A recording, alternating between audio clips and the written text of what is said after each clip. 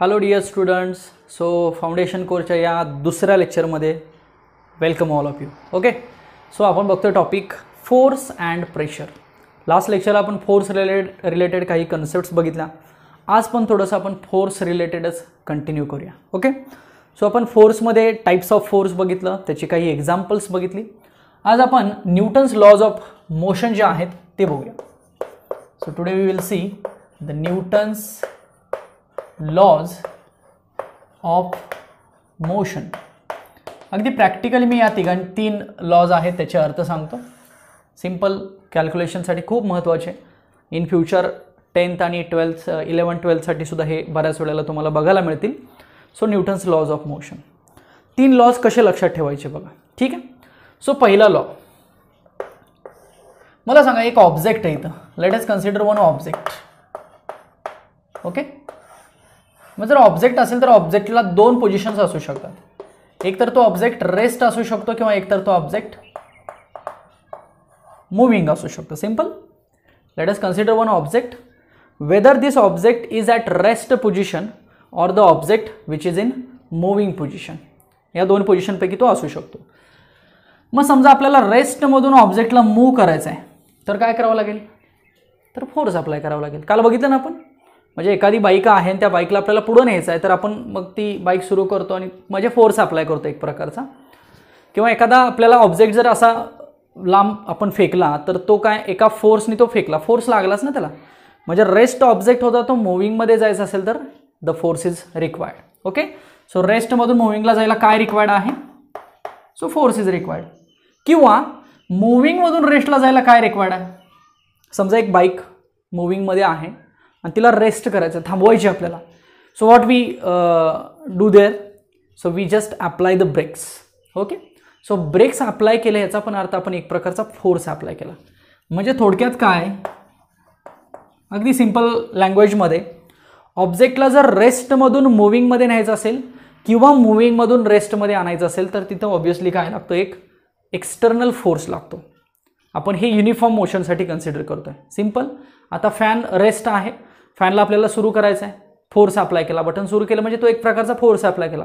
Fan फिरायला लागेल, fan फिरतोय म्हणजे मूव्हिंगमध्ये, त्याला मूव्हिंगमधून पुन्हा रेस्टमध्ये आणायचं असेल तर अगेन बटन बंद करतो आपण, म्हणजे अगेन फोर्स अप्लाय केला, फॅन थांबेल.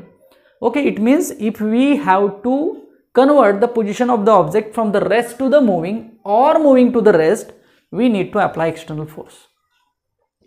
दिस is nothing but the first law of the motion. समजला का बघा, फर्स्ट लॉ ऑफ मोशन. मग डिफाईन बघूया कसा डिफाईन केलेला आहे. कन्सेप्ट समजली. A particle remains at rest or moves in, A particle remain at rest or moves in a straight line with constant speed, moves in a straight line with constant speed unless, कधी, जोपर्यंत external force apply करत नाही तोपर्यंत, unless it is compelled to change that state by an external unbalanced force, unless it changes its state by external unbalanced force. Simple. थोडीशी definition ही अशी वाचावी लागेल but concept समजून घ्या. कन्सेप्ट सोपी आहे. जोपर्यंत एखाद्या ऑब्जेक्टला मूव्हिंगमधून रेस्टला किंवा रेस्टमधून मूव्हिंगला न्यायचं असेल तर आपल्याला ऑब्व्हियसली तिथे एक प्रकारचा एक्सटर्नल अनबॅलन्स्ड फोर्स अप्लाय करावा लागतो. तर आणि तरच the object can change from rest to moving or moving to the rest. So this is the first law of the motion. Now second law of motion. हा खूप important तिघांपैकी. पहिला आणि तिसरा थेरॉटिकल आहे बट हा जो सेकंड आहे तो थोडासा मॅथमॅटिकल आहे. तुम्ही just force is equal to mass into acceleration ऐकलं असेल. म्हणजे इव्हन आपण काल वेट जे म्हटलं ना बघा, weight W is equal to mg, ते सुद्धा याच फॉर्म्युल्यावरून घेतलं जातं. mg, G for acceleration due to gravity, A for acceleration. Concept सेमच आहे. So force is equal to mass into acceleration असतं. मग हे कसं लिहिलं जातं? Force is directly proportional to dp upon dt. आता हे थोडंसं डेरिव्हेटिव्हचा पार्ट आहे, हा कितपत तुम्हाला आता समजतोय बघा. याचा अर्थ काय? फोर्स हा डायरेक्टली प्रपोर्शनल असतो. डायरेक्टली आणि इनव्हर्सली माहिती आहे तुम्हाला. डायरेक्टली म्हणजे काय? एक वाढला तर दुसरा वाढतो. म्हणजे for example x is directly proportional to y, म्हणजे काय असतं? जर एक्स वाढला तर वाय वाढतो, आणि एक्स जर इनव्हर्सली प्रपोर्शनल टू वाय असेल तर एक्स वाढला तर वाय कमी होतो. हे डायरेक्टली आणि इनव्हर्सलीचं रिलेशन असतं. तर आता force is directly proportional to काय लिहिलं मी? DP upon dt. What is mean by P? पीला म्हटलं जातं लिनियर मोमेंटम. पीला काय म्हटलं जातं? Linear momentum. अँड या पीची व्हॅल्यू असते मास इंटू व्हेलॉसिटी. हे लक्षात ठेवावंच लागेल. पी इज इक्वल टू काय असतं? Mass into velocity. चला हेच मी असं लिहितो. So F is equal to K, constant K घेतो, तो काय 1च घेतात एक्सपेरिमेंटली. डीपी अपॉन डीटीचा अर्थ असा असतो बघा, P2 minus P1 T2 minus T1. Simple. Change म्हणजे काय असतं? दोन क्वांटिटीमधलं सबट्रॅक्शन असतं, डिफरन्स असतो. So P2 minus P1 upon T2 minus T1. So force is equal to K.